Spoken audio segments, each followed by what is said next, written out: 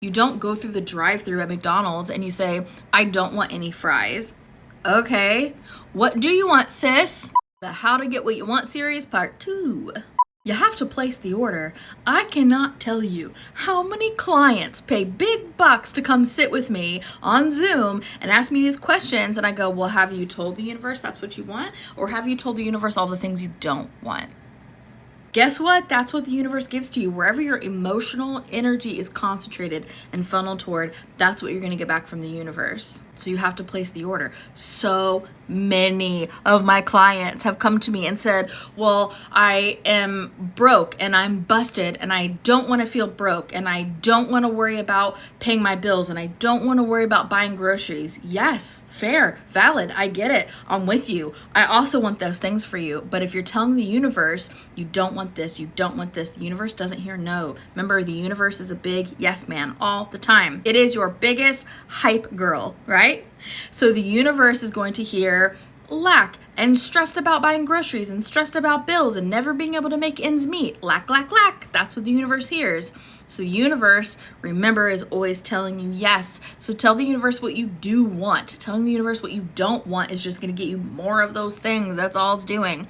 You have to place your order. You don't go through the drive-thru at McDonald's and you say, I don't want any fries. Okay, what do you want, sis? You have to tell the universe what you want if you expect to get that thing back. So make sure you are focused on the having of it and not focusing on the lack of it, so you can get the having instead of getting more lack. And then you make your choice. You place your order and then you make your choice. How does that feel? I've told the universe I'd like $1 million. Does that feel good to me? Does it feel contracted? You have to be really freaking real with yourself or you're not going to get anywhere, right? You can't fool the universe. You can't fool your higher self. It just doesn't work, you guys. Ask me how I know. You have to be so real with yourself. So if you tell the universe, I want $1 million, but you feel contracted and you don't feel like it's real and you don't feel like it's manageable, guess what?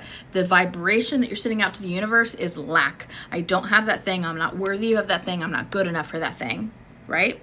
So then you need to back off of that a little bit and say, okay, does $500,000 sound reasonable? Do I feel like that's a reasonable manifestation? Do I feel like I'm worthy? Do I feel like I deserve it? Now there's two different methods. You could either keep going back and back and back until you get to that part that feels comfortable. Okay. That's going to be the easiest place to start. Notice I said to start.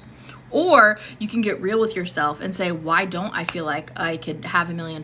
What does that say about what's inside of me? Why don't I feel worthy? And that's where you examine your limiting beliefs, your core values, and all of those things that you hold dear to you, all of those thoughts that you just kept on thinking, which turned into beliefs, right? Does this sound familiar to anybody who listens to Abraham Hicks? A belief is just a thought we kept on thinking. It doesn't mean it's real. It doesn't mean it's true.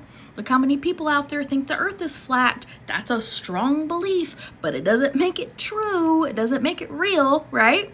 A belief is just a thought you kept on thinking. You just change your belief, and that's where you work on shadow work, which I can help you in session. That's where you work on changing your perspective, which I can help you in session. That's where you work on your squashing those limiting beliefs and dissolving them, which I can help you with in session. Whatever it is that doesn't line up with the thing that you want, your end goal, you find out why. You deal with that energy, and then once it's cleared, bada boom, bada bing, we're right on track for our $1 million manifestation. What questions do you guys have? Part 3 drops tomorrow.